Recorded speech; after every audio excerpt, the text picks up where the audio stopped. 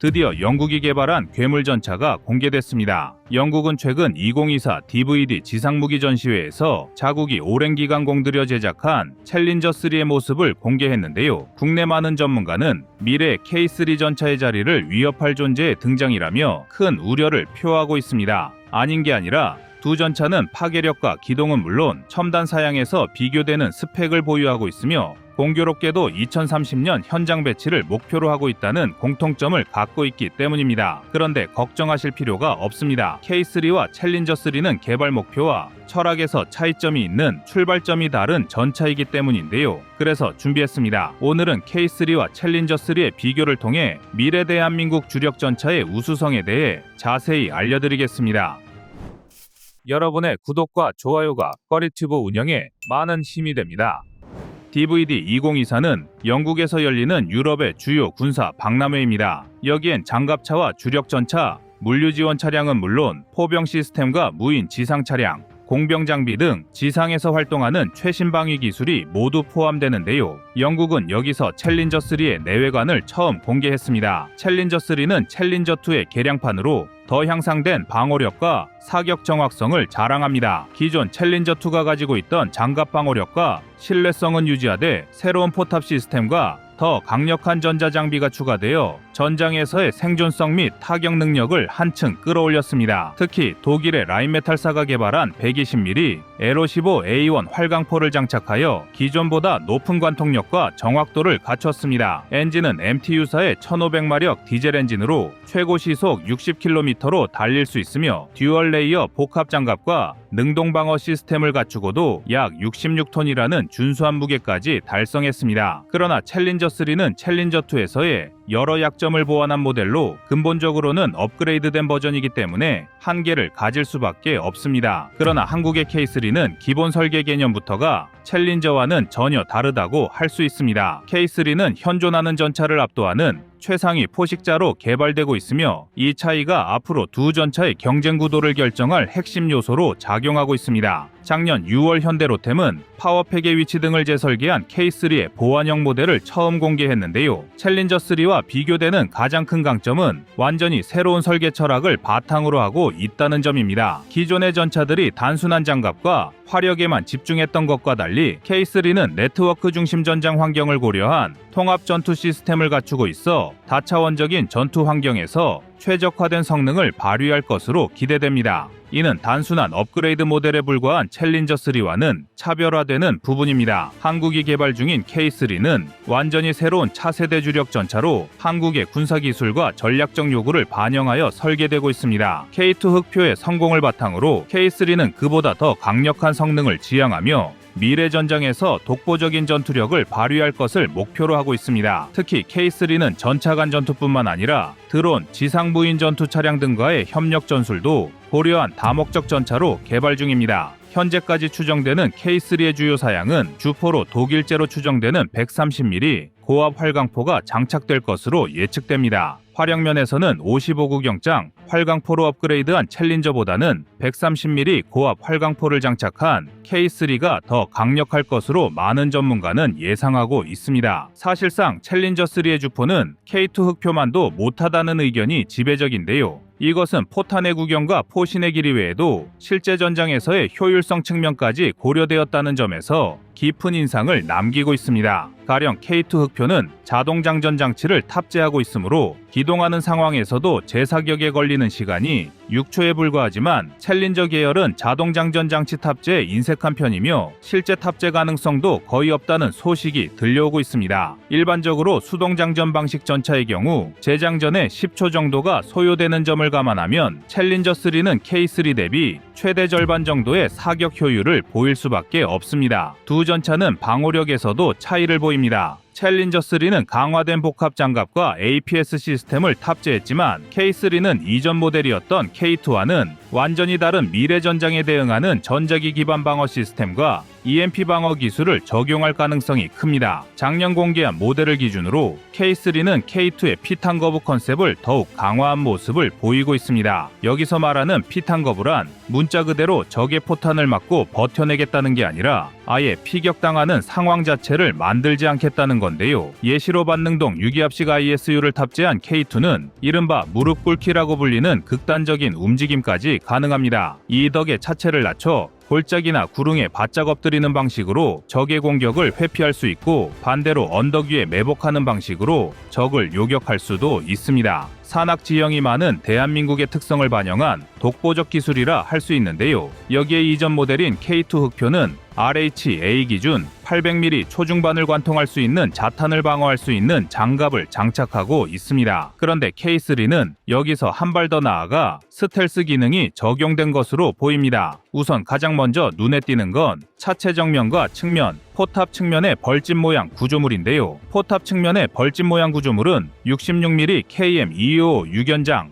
연막탄 발사기를 대체해 다형 역차장 연막탄을 발하는 장치입니다. K2 흑표의 소프트킬 능동방호 장치에 사용되는 MSSG는 가시광선은 물론 자외선과 적외선 대역까지 불투과성을 갖추고 있으며 팽창 흑연을 첨가해 밀리미터파 대역 전파까지 흡수 산란시킬 수 있는데요. 쉽게 말해 시각, 열 탐지 장비부터 레이더까지 모두 기만할 수 있다는 뜻입니다. 일종의 강력한 차단막인 셈인데요. 여기에 차체 측면에 달린 사이드 스커트 형식의 추가 장갑은 세라믹과 복합 소재 등을 이용한 모듈식 장갑 체계를 적용하는 한편 전차의 약점인 보기륜을 보호합니다. 그리고 가장 결정적으로 전체적인 스텔스 설계를 적용하였을 뿐만 아니라 스텔스 도료를 사용해 적의 레이더를 회피하고 피탄 거부 능력을 더욱 강화한 것으로 해석되는데요. 이를 위해 현세대 전차에서 의뢰 관찰할 수 있는 전면부의 조종수 해치를 없애고 아이언 비전 같은 증강현실 기술을 적용한 것으로 예상됩니다. 심지어 포신 역시 포구 직전까지 커버가 씌어져 있는 것으로 보아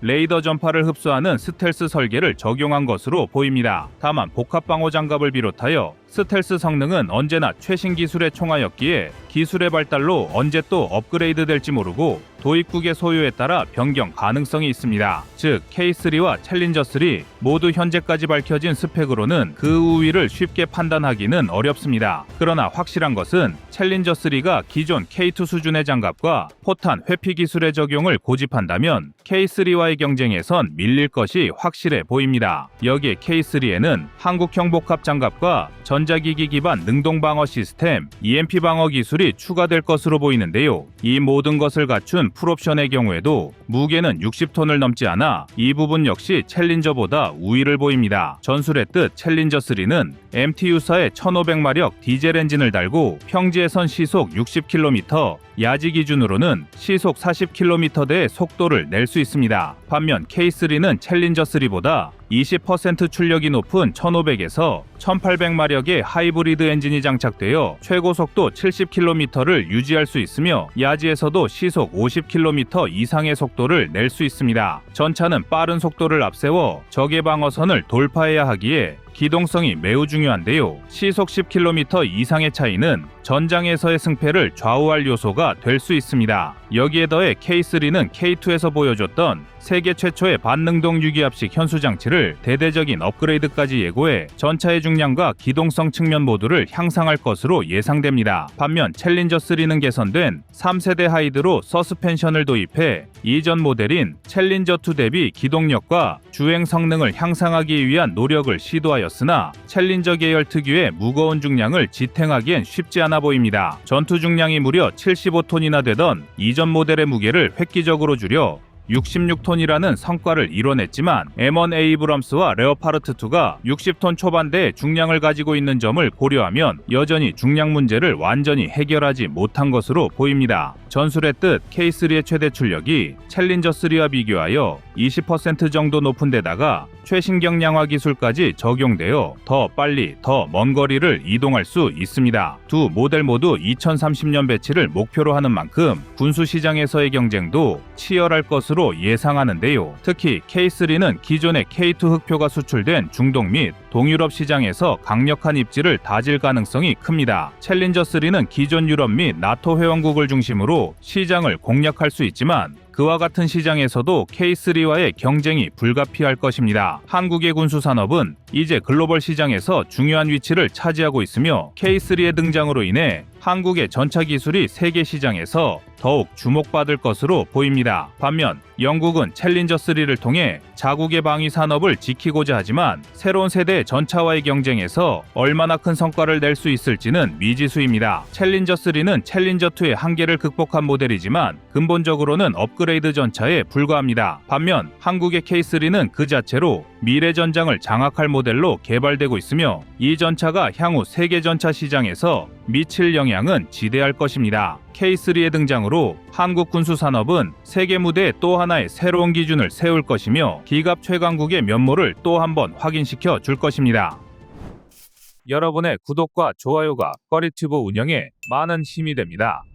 다음은 24년 9월 9일 K2 탑5 영상입니다. 최근 들어 전 세계 방산 시장은 큰 혼란을 겪고 있습니다. 각국은 자국의 방위를 강화하기 위해 최첨단 무기를 도입하고 있으며 특히 지상군 전력을 새로 꾸리는데 대한민국의 K2 흑표 전차가 당당히 자리 잡고 있습니다. 흔히들 K2 흑표는 미국의 M1 에이브럼스, 독일의 레오파드 전차와 비교되곤 하는데요. 성능 면에서 K2 흑표 전차는 단연 독보적인 위치를 뽐내고 있습니다. 최첨단 기술과 혁신적인 설계로 무장한 이 전차는 강력한 화력, 뛰어난 방어력, 그리고 탁월한 기동성을 자랑합니다. 그뿐만 아니라 한국의 독자적인 기술로 개발되었기에 해외로부터의 기술 의존도가 전혀 없습니다. 대한민국의 방산 기술이 이제는 세계적인 수준에 이르렀음을 상징하는 K2 흑표는 대한민국의 자부심 그 자체입니다. 대한민국의 K2 흑표와 독일의 레오파드2 그리고 미국의 상징 M1 에이브럼스는 현대전차의 절정에 서 있는 강력한 무기체계입니다. 특히 K2 흑표의 화력은 단연 최고라 할 수 있습니다. K2 흑표는 120mm 라인메탈제 L55 활강포를 탑재하여 최신 탄약을 발사할 수 있습니다. 이는 레오파드2의 같은 구경의 주포와 동일하지만 K2는 한국이 독자적으로 개발한 포탄을 사용할 수 있어 탄약의 다양성과 효율성을 극대화합니다. 특히 K2는 한국이 독자 개발한 K-스템을 발사할 수 있어 적전차에 치명적인 위협을 가할 수 있습니다. 이는 현대전차전에서 매우 중요한 요소로 K2 흑표는 단순한 화력이 아니라 스마트한 공격 능력을 자랑합니다. M1 에이브럼스 역시 120mm M256 활강포를 장착하고 있지만 그 주된 무기는 미군이 사용하는 전통적인 고에너지 탄약입니다. 에이브럼스의 포는 뛰어난 정확도와 강력한 화력을 자랑하지만 K2의 스마트 탄약 시스템에 비해 공격의 다양성과 유연성 면에서는 다소 뒤처질 수 있습니다. K2 흑표는 단순히 공격력만 뛰어난 것이 아닙니다. 이 전차는 방어력 또한 최고 수준을 자랑합니다. K2는 전장의 철벽 또는 움직이는 요새로 불리는데요. 능동 방어 시스템과 복합 장갑을 통해 탁월한 방어력을 자랑합니다. 이는 레오파드와 에이브람스의 발전된 장갑과 비교해도 뒤지지 않으며 특히 K2는 한국의 독자적인 기술을 통해 외부 공격에 대한 방어를 최적화했습니다. K2의 복합 장갑은 다양한 위협에 대응할 수 있으며 능동 방어 시스템은 적의 미사일이나 포탄을 실시간으로 무력화시킬 수 있습니다. K2 흑표는 한국의 지형에 맞춰 개발된 만큼 험난한 지형에서도 탁월한 기동성을 자랑합니다. 최신 디젤 엔진과 첨단 서스펜션 시스템을 통해 K2는 급변하는 전장에서 신속하게 대응할 수 있으며 지형의 제약을 최소화할 수 있습니다. 이는 전투에서 중요한 요소로 기동성 면에서 에이브람스나 레오파드와 대등하거나 더 나은 성능을 발휘합니다. 레오파드와 에이브람스는 광활한 평원을 배경으로 설계되었기 때문에 탁 트인 지형에서 탁월한 기동성을 발휘하지만 K2는 산악 지형과 도시 환경에서도 최적화된 기동성을 발휘할 수 있어 한반도와 같은 복잡한 지형에서 더 유리한 전투 능력을 보여줍니다. M1 에이브럼스의 경우엔 강력한 터빈 엔진을 통해 빠른 속도와 강력한 출력을 자랑하지만 그만큼 연료 소모가 크다는 단점이 있습니다. 따라서 전반적인 기동성 면에서는 K2가 더 효율적이라는 평가를 받고 있으며 특히 장기훈련이나 실제 전장에서는 연료 소모 문제에서 훨씬 자유로울 수 있을 것입니다. K2 흑표와 레오파드, 에이브람스는 각각 자국의 최첨단 기술이 집약된 전차로 전 세계적으로 그 성능이 인정받고 있습니다. K2 흑표는 독자적인 탄약 시스템과 능동 방어 기술로 레오파드2에 비해 더 스마트하고 유연한 전투 능력을 제공합니다. 이들 전차의 비교는 단순한 성능 평가를 넘어서 각각의 국가가 가진 기술력과 전술적 우위의 상징입니다. 대한민국의 K2 흑표는 이제 유럽의 레오파드 등 유수의 명품 전차들과 어깨를 나란히 하며 세계 최강의 전차로 자리매김하고 있습니다. 이는 한국의 방산 기술이 전 세계적으로 인정받고 있음을 의미하며 앞으로도 K2 흑표가 전장에서 어떤 성과를 이룰지 기대됩니다. 결론적으로 K2는 현대전차의 최강자로 불리기에 손색이 없는데요. 반면 해당 매체는 지구상의 최악의 전차 탑5에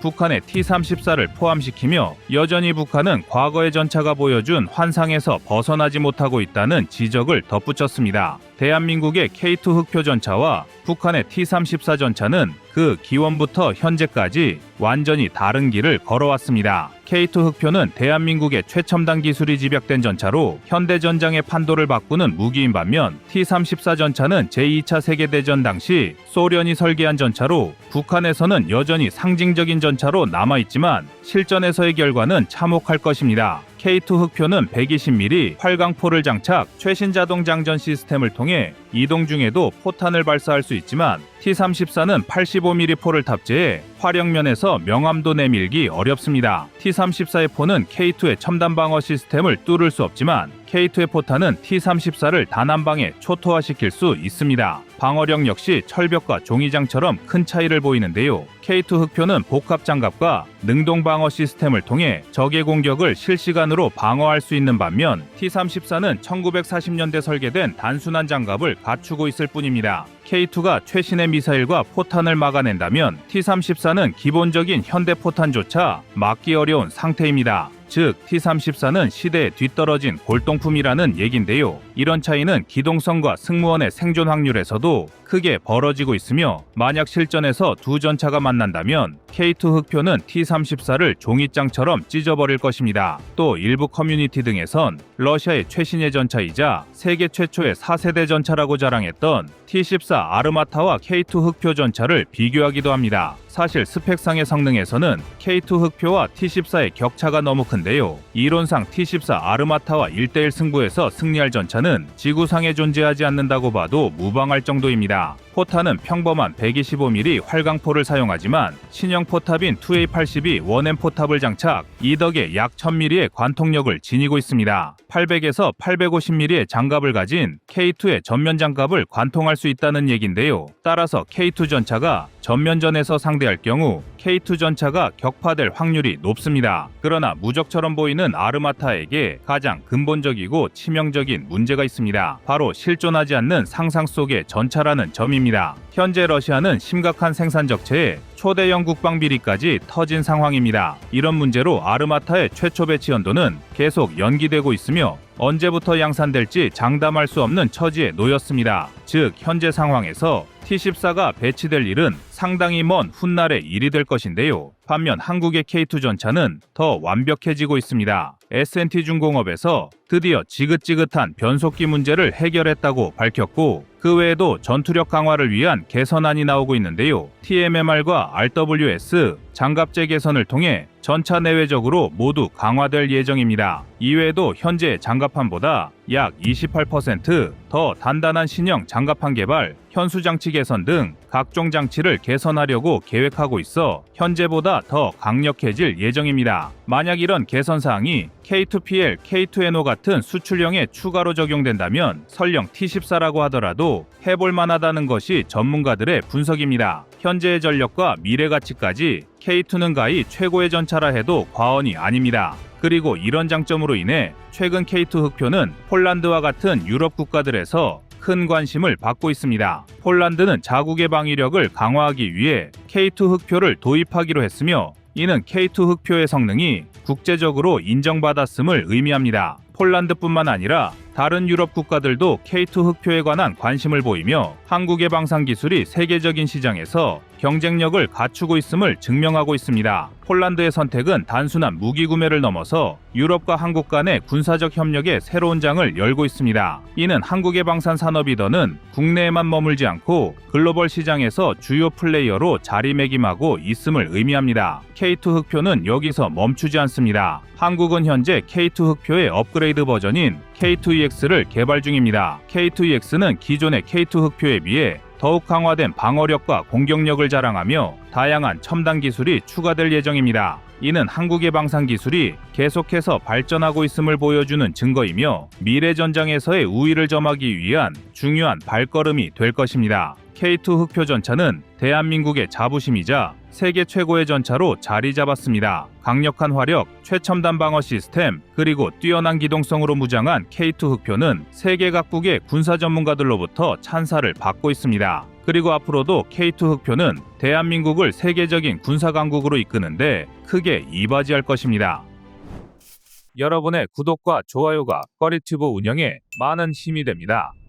다음은 24년 7월 25일 루마니아 장갑차 영상입니다. 루마니아의 장갑차 도입 사업은 최근 몇 년간의 군 현대화 프로젝트의 일환으로 추진되고 있습니다. 러시아 우크라이나 전쟁의 여파로 인해 더욱 긴박하게 추진되고 있으며 루마니아는 국방력을 강화하고 나토 내에서의 역할을 강화하기 위해 다양한 무기 체계를 도입하는 중입니다. 루마니아는 총 29억 5천만 유로 규모의 전투장갑차 도입 사업을 진행하고 있는데요. 1단계에서는 246대, 2단계에서는 52대의 장갑차를 도입할 예정입니다. 루마니아 정부는 초도 물량은 해외에서 완성품으로 도입하고 이후 기술 이전을 통해 현지에서 생산하는 것을 핵심 조건으로 제시하고 있습니다. 루마니아가 군사력 강화에 속도를 내고 있는 것은 현재 보유하고 있는 무기체계 대부분이 구소련에서 생산한 구형이기 때문입니다. TR-85 시리즈 전차, MLI-84 보병 전투장갑차, TABC-79와 TAB-77 장갑차, M85와 M1981 곡사포, APR-40 다연장 로켓 시스템 등이 대표적인 예입니다. 그러나 탈냉전 이후 군수 산업 투자가 크게 줄어들었고 루마니아가 2004년 나토에 가입 이후 집단 방위 체제에 대한 의존도가 높아지면서 자국군의 현대화 과제가 방기되었습니다. 나토의 무기 표준 요구에도 불구하고 루마니아는 오랫동안 대응하지 않았으며 이는 루마니아 전체에 아니한 안보 의식을 조장했습니다. 이런 와중에 2022년에 일어난 러시아의 우크라이나 침공은 루마니아의 안보 불감증을 빠르게 해소시켰습니다. 루마니아는 자신들이 러시아의 다음 목표가 될 수 있다는 공포감을 느꼈으며 이러한 위기의식은 루마니아의 국방 예산 확대와 군사력 현대화를 촉진하는 원동력이 되었습니다. 루마니아의 2023년도 국방 예산은 전년 대비 약 63.3% 증가한 84억 8,100만 달러였으며 2024년도 국방 예산은 207억 달러로 재차급등했으며 이는 2년 전과 비교해 거의 300% 가까이 증가한 수치입니다. 따라서 루마니아는 현재 군사력을 강화하고 구식 소련제 무기 체계를 나토 표준으로 대체하기 위해 대규모 무기 도입을 추진하고 있는데요.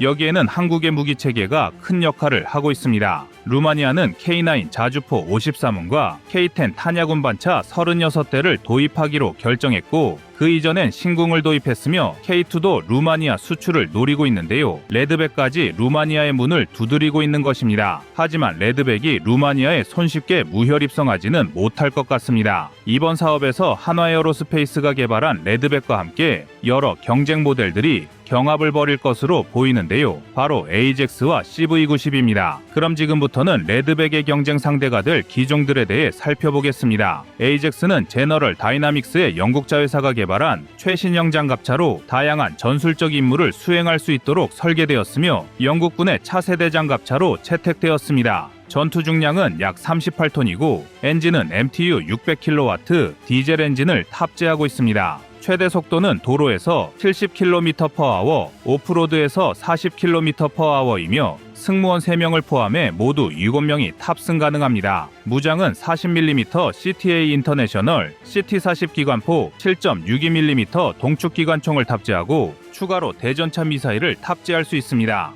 장갑은 모듈식 복합 장갑을 채택했으며 RPG 방어 능력과 폭발성 방어 장치도 장착했습니다. 에이젝스는 정찰, 보병 지원, 전자전, 지휘 통제 차량 등 다양한 변형 모델이 존재하는데요. 첨단 센서와 감시 장비를 통해 실시간 전장 정보를 수집하고 적의 움직임을 감지할 수 있는 고성능 감시 및 정찰 능력과 강력한 높은 발사 속도와 화력을 자랑하는 40mm CTA 기관포와 더불어 대전차 미사일을 탑재할 수 있어 전차와 같은 장갑 차량에 대항할 수 있는 것은 장점이라고 할 수 있습니다.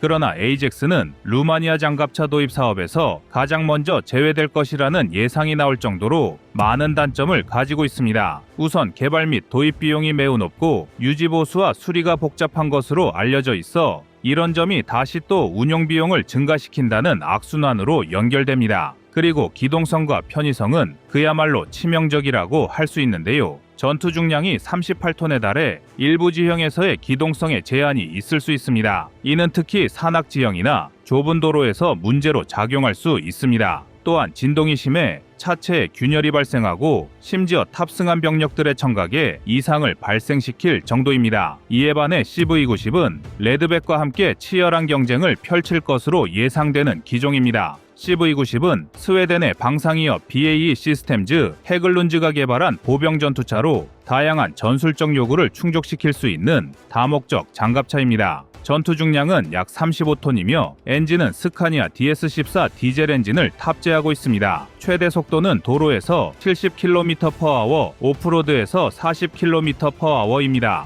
승무원 3명 이외에 15명의 보병 탑승이 가능하며 무장은 30mm 또는 40mm 보포스 자동포, 7.62mm 동축 기관총을 장착하고 대전차 미사일도 장착할 수 있습니다. CV90은 강력한 엔진과 서스펜션 시스템을 통해 다양한 지형에서 높은 기동성을 발휘하는 것으로 알려져 있고 모듈식 복합 장갑과 RPG 방어 시스템을 통해 다양한 위협으로부터 승무원과 보병을 보호합니다. 또한 지뢰 및 IED 방어 능력이 뛰어나 도로변 폭발물로부터의 생존성이 높은 편입니다. 특히 CV90 장갑차는 BAE 시스템즈가 판권을 보유하고 있어 유럽 내에서 생산 및 유지 보수가 용이합니다. 이는 부품 조달 및 유지 보수에서 큰 이점을 제공하며 루마니아와 같은 유럽 국가들에게는 중요한 고려 사항이 될 것 같은데요. 방위 산업이 파탄 지경에 이른 유럽 내에 생산 라인이 아직 남아있는 기종이라 긴급 상황에서도 신속한 대응이 가능합니다. 여기에 이미 유럽의 여러 국가들에서 도입해 운용 중인 검증된 장갑차라는 것이 큰 경쟁력이라고 할 수 있습니다. 하지만 레드백도 이미 호주 장갑차 도입 사업에서 증명됐듯이 성능 면에서는 그 어디에 내놓아도 뒤지지 않는 결코 만만한 장갑차가 아닙니다.